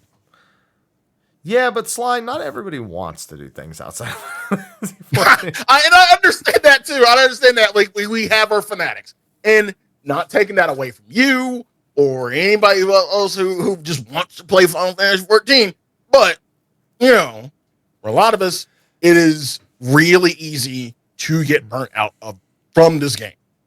And again, we are just coming off of a patch lull. If we were coming off of a content lull. We're coming out of a really long content lull. So a lot of people are looking forward to this patch. Yes. At the same time, when you are done with everything you said, if you are not doing Ultimate, you are either logging in to do weekly and daily shit, and that's it. Go play something else. Or you're doing Ultimate. And I will see you in about like 4 or 5 weeks for the top 4 or 5 weeks in 2 weeks? It's 2 weeks. It's no. I'm giving time. I'm giving time to people. Okay. I'm giving time for people to clear and everything. That way we can have what we need to do for DSR, for top. We can have our support group. So yeah, I'll see y'all in 4 to 5 weeks for the fucking top support group because y'all are gonna be fucking stressed the fuck out over that shit. And then we get it. I get it. Like I'm I'm not doing that shit anyway. Like, I know some people who are fucking PFing this shit, and holy fuck, we need to have y'all on the show. Jesus fuck Christ. But yeah, 4 to 5 weeks. You know, people are gonna clear at different rates and yada yada yada. But yeah, I will be Dr. Sly for that episode, and Haps will be, you know, one of the patients, as well as everyone else who wants to come on and, you know, talk about, you know. Full on straight jacket. Full on straight jacket. Oh my god! Hello world. Hello world. Hello world. Goodbye. Yeah, that's gonna be happy. Yeah, I look forward to that. I really fucking look forward to that show, because that is just gonna be a bunch. I feel like a lot of people, like, who the fuck am I kidding? I normally do absolutely encourage drinking on this show. That is going to be the show that I'm going to highly encourage drinking, because y'all going to be some stressed out some bitches. So, yeah, please look forward to that show in about 4 weeks or so. Please look forward to it. Hi. My chat saying, imagine if in the European version it's just spelled hello world. Hello world. Hello gov. Just spelled differently, even in the client. Hello world. So okay, I had a point I was gonna go to, in that, while yes, you can be used to it, you can be okay with it, there is something to be said about coming off of a patch lull into something that does not alleviate said patch lull for another 8 weeks for the casual player. In terms of a player feeling like whether or not they should resub to the game, which, you know, at the end of the day, while it's okay to unsub from 14, they want people to subscribe. I mean, yeah, that's Square Enix talking. That's not Creative Business Unit 3. That's Square Enix. But I mean, that's just business in general. That's just business in general, yeah. But from a player standpoint,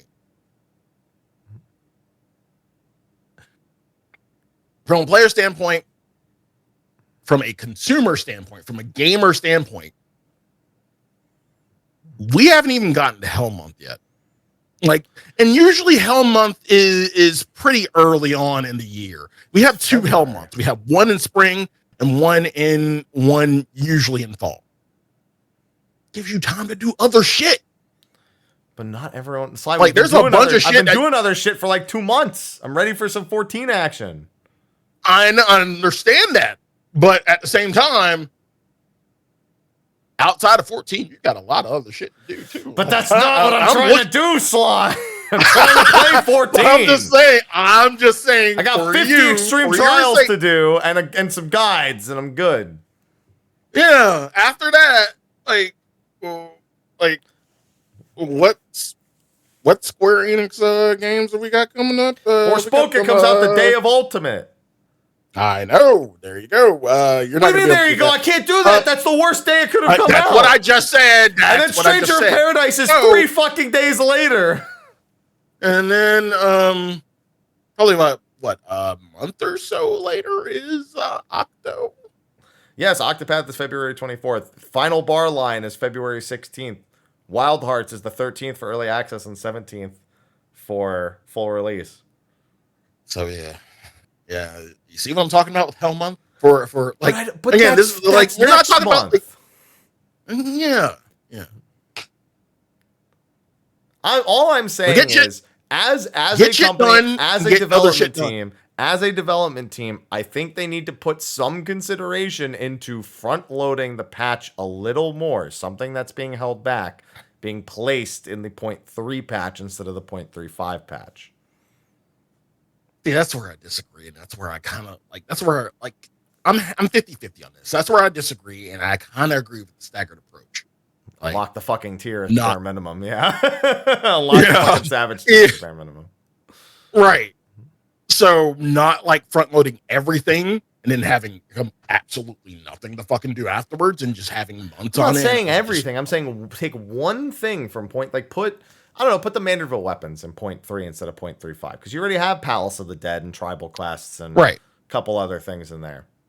Right. See, this is why I'm kind of glad we don't have, like, Orthos now. If we had Deep Dungeon earlier instead of the weapons, I would prefer that. But no, actually, I wouldn't. I would prefer the Deep Dungeon to come out on its own. I don't want the Deep Dungeon and the Relic weapon to come out at the exact same time. That I don't like. It's possible it'll work out because you'll probably just need a shit ton of tomes for the Relic weapon anyway. So I'll probably just get them doing Eureka Orthros, but still, it won't be as effective. That's for sure. Yeah, the big thing is the tribal quest being moved to 0.35. That makes it even more noticeable. That was a weird change.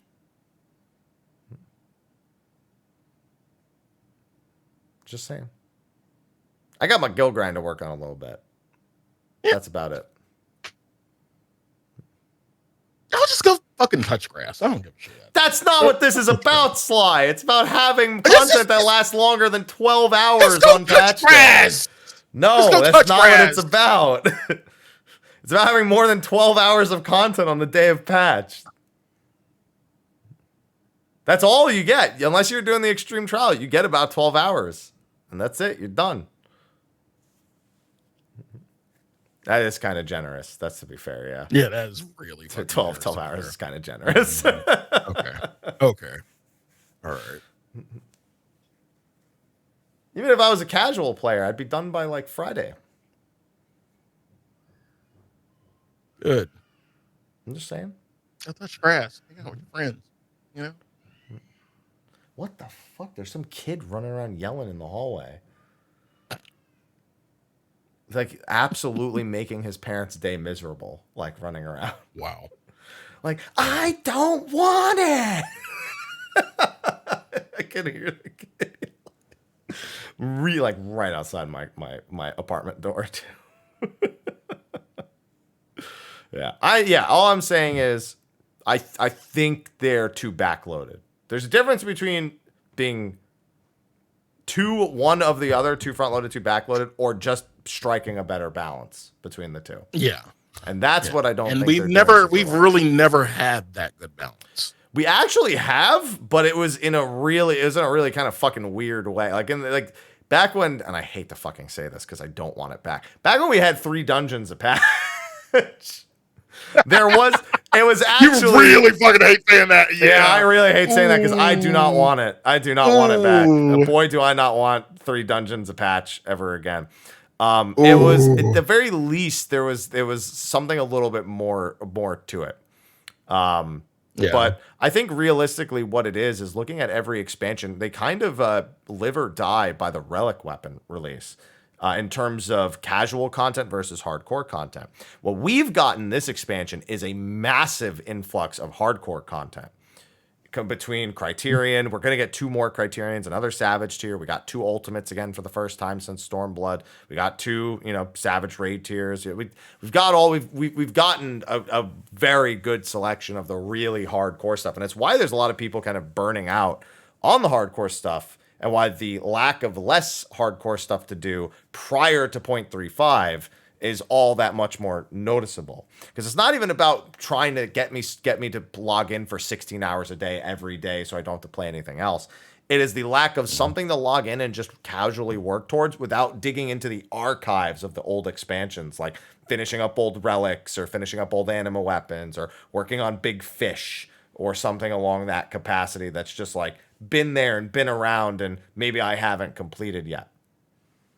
And that's what I think they could work to improve. I mean, that's why the Criterion reward structure was so heavily criticized and the variant reward structure, because it's a lot of, you may do it sometimes, but it's not rewarding enough to get to feed the casual player base a little bit more. So I do wonder how much of this is a refocus on things that will improve the game long term and but still trying to do enough to what the patches normally do versus just sort of a disconnect between player base and developer and what they're both trying to achieve.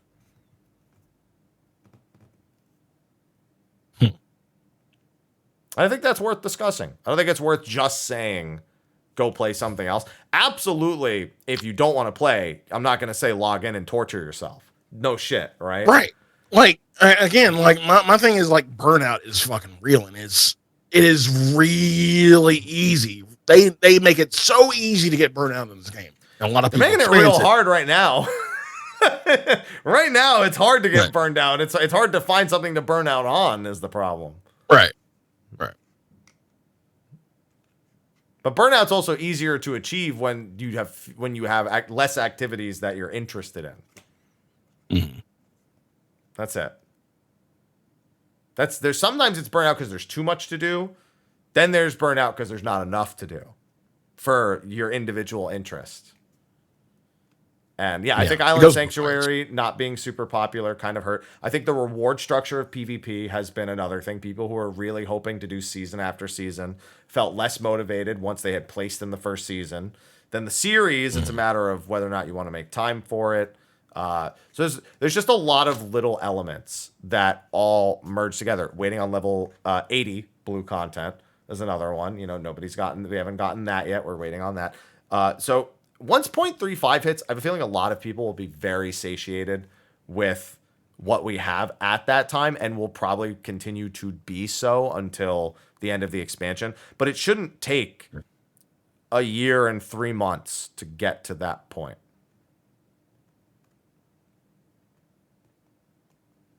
That's it. Shouldn't take a year and 3 months to get to the point where people feel like they have more than a reason or two to log in.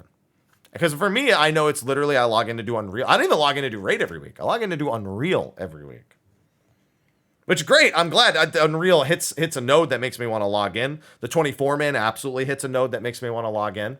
The Relic will absolutely get me to that point as well. I'll be logging in for that. Like all those things, but some of those things are either really short or are not for another 8 weeks.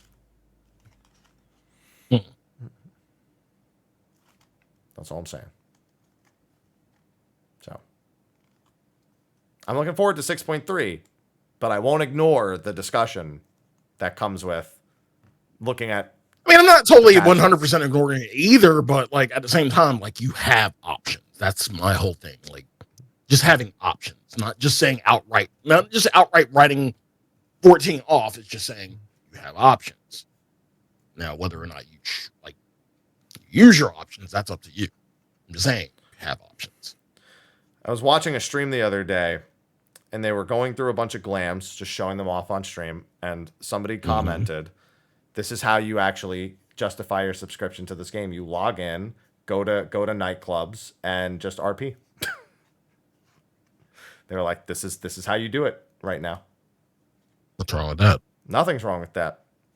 Exactly. But they were basically saying, there's nothing else to do. This is the only reason I play. And I've said for the longest time that like out of all communities, the Final Fantasy XIV community is really good at creating their content, creating their own content where there's no content. Oh, I know. Do you know what I'm doing right now? What? I'm doing the low item level hell mode raids. Yeah. Fucking hell mode. I mean, honestly, as a DPS, hell mode's kind of boring.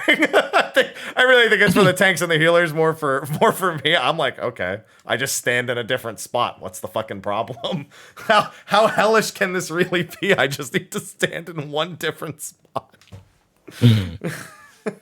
But still, like the idea, it's like the low item level thing is a result of the development team not having a good middle ground of being able to do old content at level 90. So that's how that was born. And hell mode was born from people who were bored with raids before when they were current, but now we can still do them to this day because of the low item level thing. Yeah. So yeah, no, we're good at it, but that doesn't mean we have to be better at it than them. I'm okay with being good at it. I don't want to be better at it than the developers. That's for damn certain. But that's how it is right now.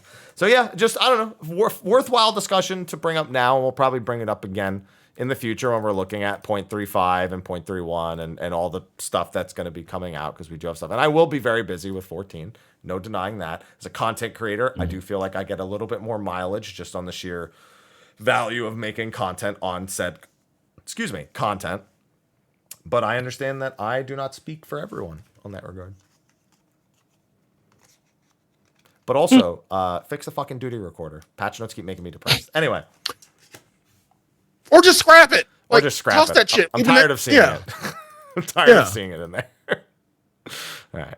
But with that, that's going to end our coverage of the preliminary patch notes for patch 6.3. Next week will be patch first impressions.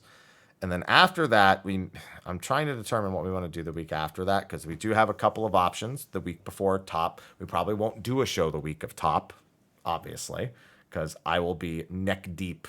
I have a community show in mind. I've been meaning to tell you about it, but I just got to reach up. That's fine. Just let me know, and I'll see about what we have to do versus when we have time to do something else. Yeah, that's fine. I'm down for a 3-day clear. I'm not so the only time we've had an ultimate cleared in 3 days is TPS clearing T like 6 days not 6 days, like 4 days faster than everyone else. So I'm not going to be that optimistic about being done by Friday. Besides, if myself or any other group is done by Friday, dude, we get to read the forum threads about how much easier this ultimate is from people who aren't doing it. This one's so easy compared to the other ones. I can't believe it was cleared in 3 days. I've never done this content, but I'm insulted that it was beaten so quickly. Oh, wait, that reminds me of the DSR ones. Like, I can't believe they made ultimate content so casual by adding a checkpoint.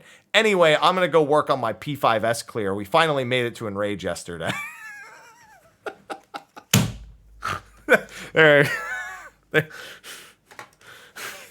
That's the one. That's the one right there. Oh, no, at the time it was P1S. My bad. Now it's P5S, so. Oh, man. Hey, so fisherman! Hey, fisherman! With that, we can wrap up the show. Thanks, everyone, for watching this week's episode of State of the Realm. Don't forget to check out all of our sponsors under the video, and thank you again to our sponsors over on Patreon who don't have to support, but choose to, because we love them, and that's we love it. You. I guess that's just literally for love. That's all that it is.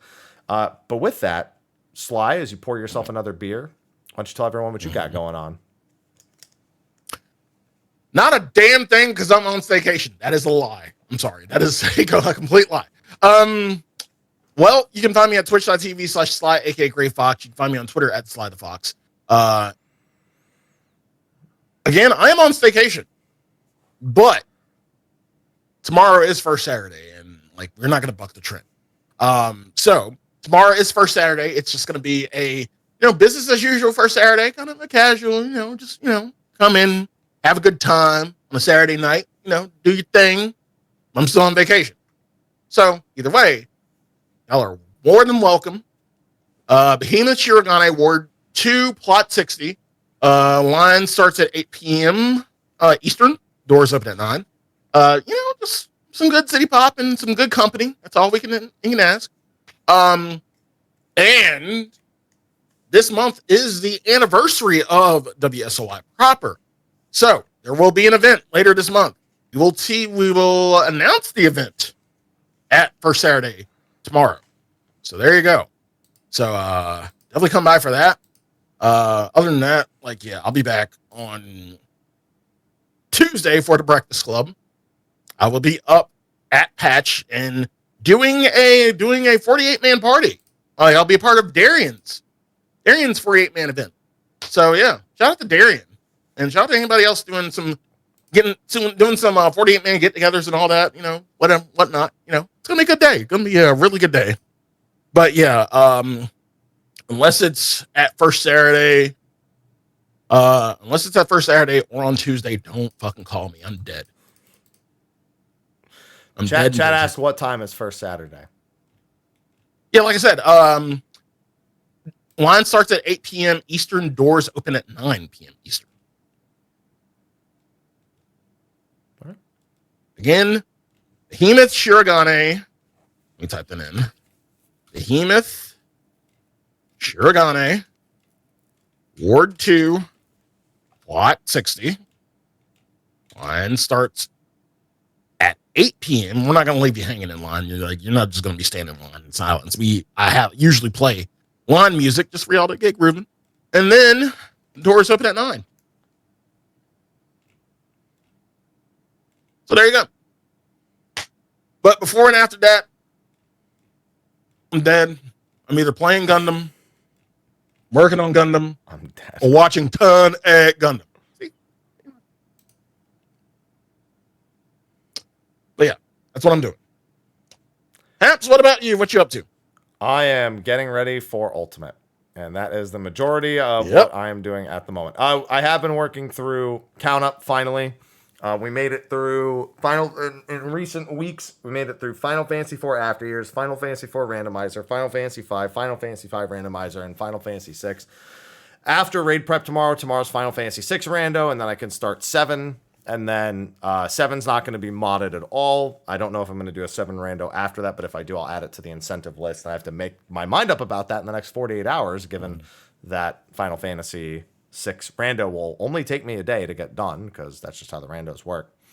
And then, yeah, I mean, with patch, they'll probably be put on hold. I don't know how much time I'll have, but given the discussion we just had, I'll probably plenty of time to keep working on.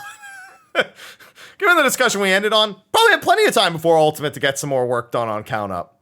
It's February where I won't, because we have Final Barline, Wild Hearts, and of course, my game of the year, other than 16, Octopath 2. 16 is actual game of the year in terms of anticipation. Octopath 2 is number 2. No, it's number 2. Okay. Yeah, because I don't think Rebirth will come out before the end of the year. I think it will be early next year. And while I'm excited about Battle Network Collection and Wild Hearts and Final Barline and Diablo 4 and Armored Core 6, Octopath 2 takes the second spot. That's my game. Yep. That's my number 3 spot is Armored Core. But number 2 goes to Octopath 2. You know why? Because Octopath has released a game in the last several years. In fact, it's released a couple of them, whereas Armored Core has left me high and dry for nearly a decade. So yeah, everybody. So that just means it has a chance to make that much more of an impact, since it's been so absent for so. Just need it right now. I need to spend 80 hours in my garage and 10 minutes in every mission. That's it. That's my game. Yep. That's the gameplay loop I'm looking for. But anyway, that's going to be a wrap for us this week. We'll see you next week for our first impressions on patch 6.3. So be sure to be there or be a 4-sided shape. Thank you again to our sponsors. A rectangle. No, a rhombus. That one. Yeah. Or a trapezoid. Yeah. Thanks to the sponsors, and we'll see you next week. See you next week. Take care.